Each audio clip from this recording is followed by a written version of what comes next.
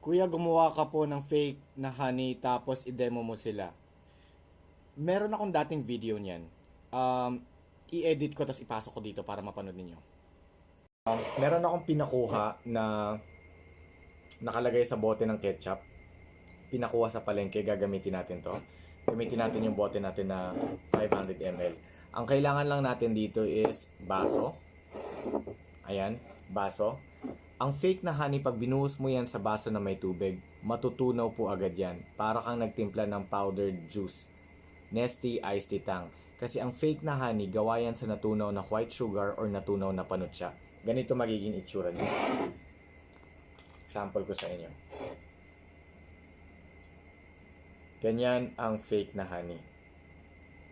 Lusaw siya agad. No? Yan ang fake na honey. Ang pure na honey, pag binuhos mo yan sa tubig, solid yan, dire-diretso sa ilalim. Gawin naman natin sa pure na honey. So sa 500 ml natin, buksan natin. Solido po yan pag binuhos. Ayan po, nakikita po ninyo. Yan ang pure na honey. So makikita niyo yan dyan sa ilalim.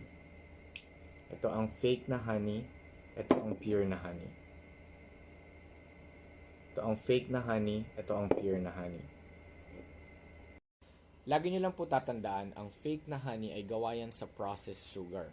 Whether natunaw na white sugar or panutsa.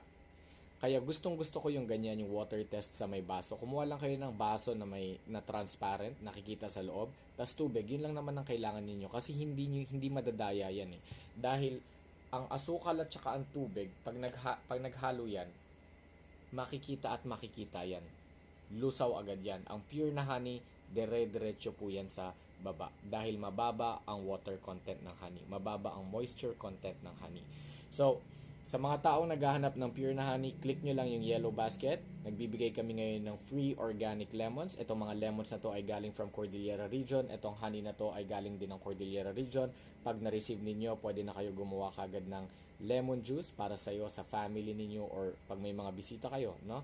Itong mga organic lemons na to at saka itong mga honey na to, it is a livelihood program na sinusuportahan at tinutulungan natin sa Cordillera Region. So, pag bumili kayo ng produkto na honey para sa kalusugan ninyo, nakatulong pa kayo sa mga kababayan natin sa Cordillera. Maraming salamat. Thank you.